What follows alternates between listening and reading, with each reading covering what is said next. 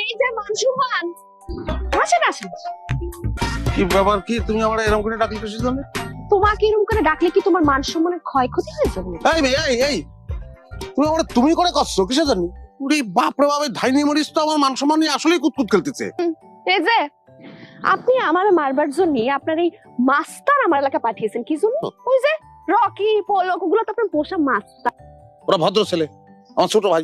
আরে দূর মিয়া, বয়স থেকে ছোট পোলাপানের নিজের বন্ধু বলতেছেন, এই হচ্ছে আপনার মান সম্মানের নমুনা না? আচ্ছা হয়েছে, যাত্রার সঙ্গে কথা বলে মূল্যবান সময় নষ্ট করার আমার সময় নেই। এই যে টাকা দিয়ে তারপর যান। কিসের টাকা?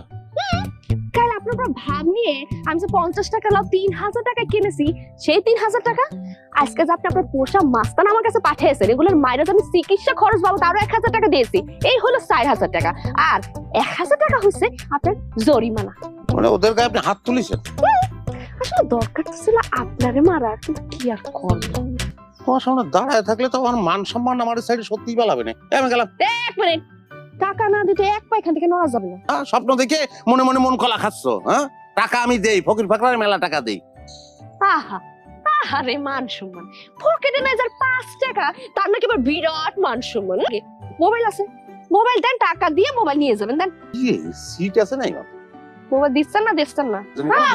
বুঝতে পারছি, এইটার তাহলে ব্যবহার করাই লাগবে মনে হচ্ছে না? এই আমার কিন্তু বেশি হচ্ছে, আমি বেশি হচ্ছে কিন্তু। না মোবাইলটা দেন, এই কি ব্যবহার কি করা লাগবে না?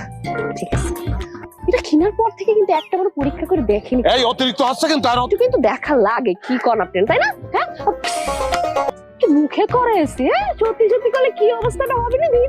এই তো